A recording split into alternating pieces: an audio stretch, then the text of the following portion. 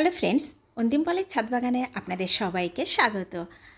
আর এই যে অন্য সময়ে খুব বেশি রোদ উঠলেই কিন্তু ভয় হয়ে যায়, বাপরে বাপ এত রোদে কী করে ছাদে যাব, গাছগুলো নষ্ট হয়ে যাবে। আর এই যে আজকে রোদ দেখে কিন্তু বেশ ভালো লাগছে। অনেক দিন পর আজকে ছাদে যে রোদ্রে এলাম, মানে সকাল থেকে বেশ ভালো রোদ উঠেছে। তো ছাদটাও একটু শুকনো শুকনো হয়েছে। আর এইদিকে রোদ দেখে আমি নিয়ে চলে এলাম একটুখানি কিচেন ওয়েস্ট, যেটায় একটা গ্রো ব্যাগের মধ্যে আমি অনেক দিন ধরে এই যে মাটি বানাচ্ছি, তো ওখানেই দিয়ে দেবো ঢেলে এগুলো।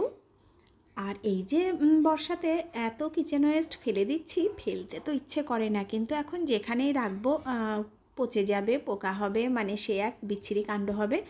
তো বেশিরভাগটা ফেলা গেছে, কিছুটা আবার এই যে এরকমভাবে দিয়েছি, কিছুটা এই যে বেডের মাঝে মাঝে একটুখানি মাটির তলায় পুঁতে দিয়েছি, কিন্তু পুরোটা রাখা হয়নি। আর অন্যান্য সময়ে তো একদম একটুকু ফেলা হয় না, ডিমের খোলা, চায়ের লিকার, সবজির খোসা, কোনো কিছুই, ভাতের মার, কোনো কিছুই ফেলা যায় না। তো আজকে ছাদে এসেই কিন্তু একটা খুব বাজে জিনিস দেখলাম, মানে মন খারাপ করা জিনিসই বলতে পারেন। কারণ আমাদের কোনো গাছ যদি খুব সুন্দর হয়ে বাড়ে, হঠাৎ করে যদি সেটা মরে যায়, তাহলে তো আমাদের খুবই মন খারাপ হয়। কালকেই ছিল একদম দারুণ সুন্দর তরতাজা, আজকেই এসে কিন্তু দেখতে পেলাম আমার একটা গাছ একেবারে ঝিমিয়ে পড়েছে, মানে ওটা রাখলে মরেই যাবে। তো সেটা হচ্ছে আমার বেগুন গাছ। বেগুন গাছগুলো কালকেই আপনাদের দেখিয়েছিলাম, কত সুন্দর একদম তরতাজা ছিল। এই দেখুন, আজকে সকালে এই যে ছাদটা খুলেই প্রথমে এই দিকে নজর পড়লো, আর দেখলাম বেগুন গাছটা একদম কেমন ঝিমিয়ে পড়েছে। তো এই যে এই রকম মৃতপ্রায় গাছকে কিন্তু বাঁচানো যেতে পারে। আর দেখলাম গোড়াতে কিন্তু একটু কেঁচোও রয়েছে। তো কেঁচোতে তো গাছ মারে বলে আমার মনে হয় না, কারণ আমার বাগানে প্রচুর কেঁচো আছে, তো গাছ তো মরে না। তো যাই হোক, এই যে প্রচণ্ড বৃষ্টির কারণে হতে পারে জল জমে গিয়ে রুটটার জলটা টানতে পারছে না, সেই জন্য হয়তো মরে যাচ্ছে, বা হতে পারে কোনো ফাঙ্গাসের আক্রমণ। তো এটাকে একটু বাঁচানোর চেষ্টা করা যেতে পারে। এই দেখুন, এখনও কিন্তু ফিডার রুটগুলো একেবারে নষ্ট হয়ে যায়নি, মোটামুটি অনেক ফিডার রুটই বেশ ভালো রয়েছে। তো এটাকে বাঁচানোর চেষ্টা আমরা করতে পারি। এই যে ভালো করে ধুয়ে নিলাম, আর খুব দরকার ছিল এখানে একটু সাফ ফাঙ্গিসাইড, মানে যে কোনো ফাঙ্গিসাইড, আমি যেমন সাফটাই ব্যবহার করি, ফাঙ্গিসাইডে একটুখানি ডুবিয়ে রাখা, ঘন্টাখানেক একটু ফাঙ্গিসাইডে একটু জলে গুলিয়ে রাখলেই, ভিজিয়ে রাখলেই কিন্তু হয়ে যেত। কিন্তু আমি খুঁজে কোথাও পেলাম না ফাঙ্গিসাইডটা, কারণ এই যে কুতুবদা কয়েকদিন আগে গুছিয়ে দিয়ে গেছে, সে যে কোথায় কি রেখেছে খুঁজেই পেলাম না। তো যাই হোক, ওটাকে ধুয়ে ভালো করে আমি আবার কিন্তু নতুন করে এই যে অন্য একটা জায়গায় বসিয়ে দিলাম, যেখানে মাটিটা বেশ ঝুরঝুরে, খুব ভালো মাটি এই যে আমার এই বেডটাতে, এখানে কিন্তু বসিয়ে দিলাম। হতে পারে এবার এই গাছটা আবার হয়তো বেঁচে উঠবে। আর এত সুন্দর এত বড় গাছটা এভাবে মরে যেতে দেখে তো খুবই খারাপ লাগছে। তো দেখা যাক, এভাবে হয়তো বাঁচানো যেতে পারে। তো এটা শুধু কিন্তু বেগুন গাছ বলেই নয়, যে কোনো গাছ যদি হঠাৎ করে দেখা যায় এরকম ঝিমিয়ে পড়েছে বা মরে যাবার সম্ভাবনা রয়েছে, তখন গাছটাকে তুলে এই যে ভালো করে ধুয়ে সেটাকে ফাঙ্গিসাইড জলে ডুবিয়ে রেখে আবার বসিয়ে দিলে কিন্তু অনেক সময় বেঁচে যায়। বেঁচে যাবেই এটা কখনো বলা যায় না, কিন্তু বেঁচে যেতে পারে, হয়তো বাঁচবে। তো দেখা যাক আমারটা কি হয়। আর এইদিকে নিয়ে চলে এসেছি আমি বেশ খানিকটা আদা, আর আদাগুলো কীরকম ঘরেই গাছ বেরিয়ে গেছে দেখতে পাচ্ছেন। তো এখন বসিয়ে দিলে আশা করছি হয়ে যাবে। আর এটা আমি বেডেই দেব, কারণ বেডের এই যে একটা সাইডে দিলে এখানে আদা তো একদিনের ফসল নয়, বেশ অনেক দিন ধরে হবে। ওখান থেকে হয়তো আবার গাছ হবে, যেমনভাবে আমার আম আদা হচ্ছে, ওটা কিন্তু আর আলাদা করে বসাতেই হচ্ছে না, ওখান থেকেই আবার প্রচুর গাছ হচ্ছে, আদা হচ্ছে।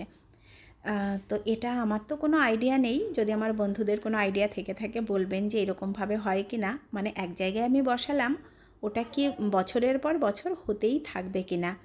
আমি তো এই সবে বসাচ্ছি, এবার বুঝতে পারবো। আর এটা তো ঘরে যে খুবই সুন্দর গাছ বেরিয়েছে।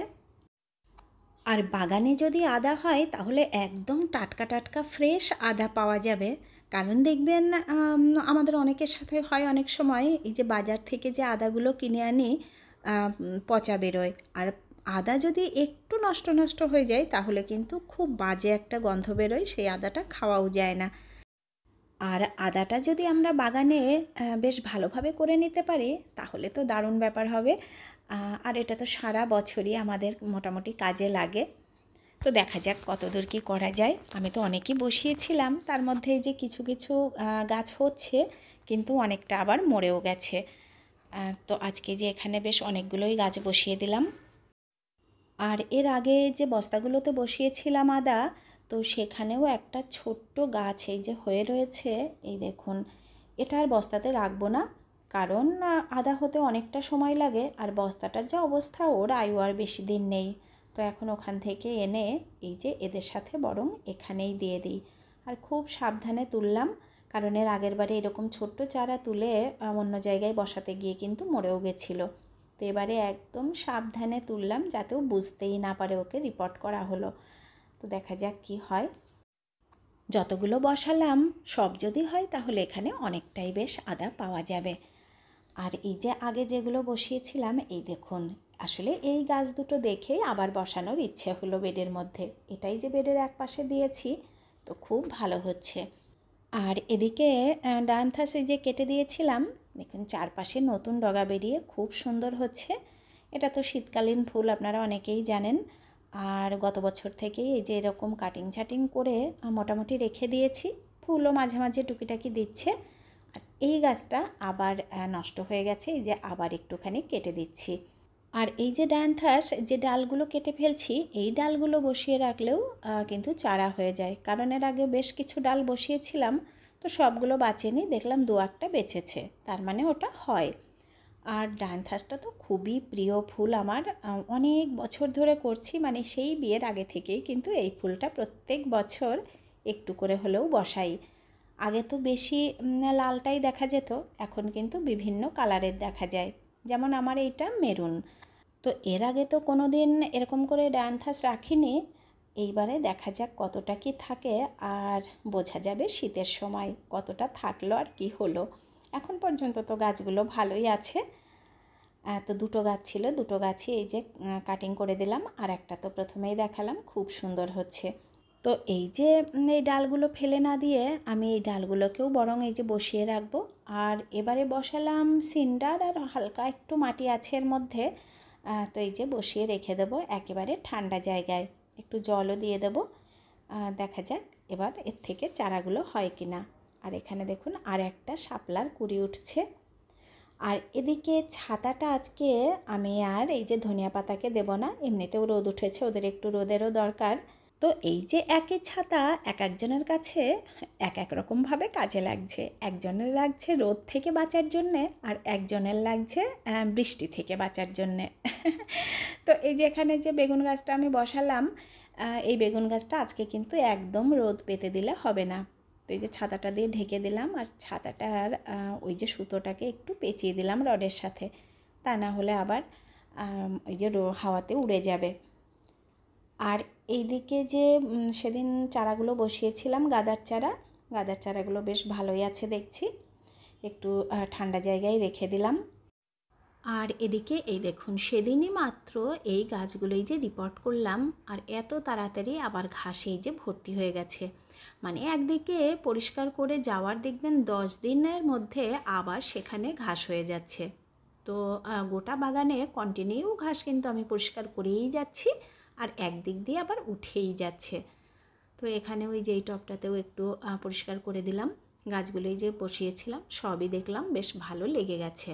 আর এদিকে বেগুন গাছগুলোর গোড়াও একটু খুঁড়ে দেব, কারণ এই যে একটা মরে গেল, আর জল যদি জমে থাকে বা যদি একটু বেশি হয়ে যায় জল, তাহলে আজকেই একটু রোদ আছে, অনেকটা শুকিয়ে যাবে। আর এই যে গাছটা, এটা বেশ কিছুদিন ধরে ভাবছি গাছ দুটোকে আলাদা করে দেব। মানে এটা কিন্তু একটাই গাছ, কিন্তু এত সুন্দর হয়ে দুটো ডাল বেরিয়েছে, আর দুটো ডালই এত ঝাঁকড়া হয়েছে মাথাটা। তো এখানে খুব সুন্দর দুটো টবে দিলে দুটো গাছ হয়ে যাবে। এই যে ক্যালাঞ্চোটা পাশের বাড়ির বৌদি দিয়েছিল, আর ছোট্ট একটা ডাল দিয়েছিল, সেখান থেকে গাছটা এত সুন্দর চেহারা হয়েছে। এখন কিন্তু দুটো ডগায় যে দুটো ডগাতেই একদম মাথাটা ভর্তি হয়ে ডাল বেরিয়েছে। তো ক্যালাঞ্চো কিন্তু আমার ভীষণ প্রিয় একটা ফুল, শীতের সময় ভীষণ ভালো ফুল হয়। তো দুটো গাছেই যে করে নেব। তো এই দুটোকে খুব সাবধানে এই যে ভেতর থেকে কেটে নেব। আর দেখুন দুটো ডালেই কিন্তু দুপাশ দিয়ে অনেক শেকড় বেরিয়ে গেছে। আর এমনিতে এটা ডাল থেকেই হয়, তো মারা যাবার ভয় খুবই কম। আর এটা তুলতে গিয়ে দেখলাম এটা কিন্তু মাটিতে একদমই নেই, এখানে রয়েছে বালি আর রয়েছে এই যে সিন্ডার। তো সিন্ডার আর বালিতেই দেখুন কি সুন্দর গ্রোথ হয়েছে। মনে হচ্ছে মাটির থেকেও যদি সিন্ডার আর বালিতে এগুলো রাখা যেত খুব ভালো গ্রোথ হতো। কারণ এই ধরনের গাছে এই যে পাথরকুচি, অ্যাডেনিয়াম, তারপরে এই যে ক্যালাঞ্চো, এগুলোতে জল খুবই কম লাগে। তো সেই কারণে যদি সিন্ডারে বসানো হয়, সিন্ডারে তো অতটা জল জমে না, তো বেশ ভালো হয় গাছগুলো। এই যে দেখতে পাচ্ছি খুবই ভালো হয়েছে। আর এই যে দুটো টবে দুটো বসিয়ে দিলাম, এবার শুধু ফুলের জন্য অপেক্ষা করা। আর এটা একটু ওপর ওপর হয়ে গেছে বলে তুলে নিয়ে আবার আলাদা করে আবার বসাচ্ছি। তো শীতের বাগানের আমাদের যে ফুলগুলো আমরা পাবো, তা কিন্তু বেশ অনেক কিছুই দেখতে পাচ্ছি এখন থেকে রেডি হচ্ছে। আর তো কিছু কিনতেই হবে, যেগুলো যে চারা রাখা সম্ভব হয় না সেগুলো তো কিনতেই হয়। তো একটু একটু যদি আমরা কেয়ার করে রাখি তাহলে প্রচুর গাছ কিন্তু প্রত্যেকটা সিজনের জন্য আমরা বাগানে করে রাখতে পারি। তাছাড়া সবজি তো আমাদের আছেই, সবজির তো যেই সবজিই হবে সেখান থেকেই একটু করে বীজ আপনারা রেখে দেবেন। তো বীজ যদি আপনার হাতের কাছে থাকে তাহলে কিন্তু গাছ বসানো খুবই সহজ হয়। কারণ মিডিয়া তো তৈরি করে নেওয়া তেমন কিছু কষ্টসাধ্য নয়। এই যে শুকনো পাতা, কখনো একটু এই যে সবজির খোসা, চাইল্ড লিকার, ডিমের খোলা, যা যা আমাদের ওয়েস্টের জিনিস থাকে সেই সব দিয়ে তো আমরা খুব সহজে বেডগুলো বানিয়ে নিতে পারি ঘরেই। তো সেখানে আপনারা যদি চান, এই যে কোকোপিটের কিউব কিনে ঘরে রেখে দিলে সব সময় একটা কোকোপিট থাকলো, একটু গোবর সার বা গোবর সার যদি অসুবিধা হয় তাহলে ভার্মি কম্পোস্ট, এইসব দিয়ে বেড বানানোটা কিন্তু কোনোই ব্যাপার নয়। গ্রো ব্যাগ হাতের কাছে না থাকলে ঘরের অপ্রয়োজনীয় যেসব গামলা থাকে, বালতি থাকে, সেগুলো আমরা ব্যবহার করতে পারি। তাও যদি না থাকে বস্তা ব্যবহার করতে পারি, বস্তা দিয়ে সুন্দর গ্রো ব্যাগ বানিয়ে কাজ চালানোর মতো তো বানিয়ে নেওয়াই যায়। শুধু ভালো বীজ যদি আপনি গার্ডেন থেকে কালেক্ট করে রাখেন তাহলেই আর কোনোই প্রবলেম নেই বাগান করা। তো আমিও চলে এসেছি ভিডিওটির একদম শেষ পর্যায়ে। আর এতক্ষণ যারা দেখলেন তাদেরকে অসংখ্য ধন্যবাদ। ভালো লাগলে লাইক, কমেন্ট, শেয়ার করবেন। আর যারা আজকে আমার একদম নতুন বন্ধুরা আছেন তাদের ভালো লাগলে চ্যানেলটিকে সাবস্ক্রাইব করে নেবেন। তো আপনারা সবাই খুব ভালো থাকবেন। দেখা হবে আবার নেক্সট ভিডিওতে। টাটা।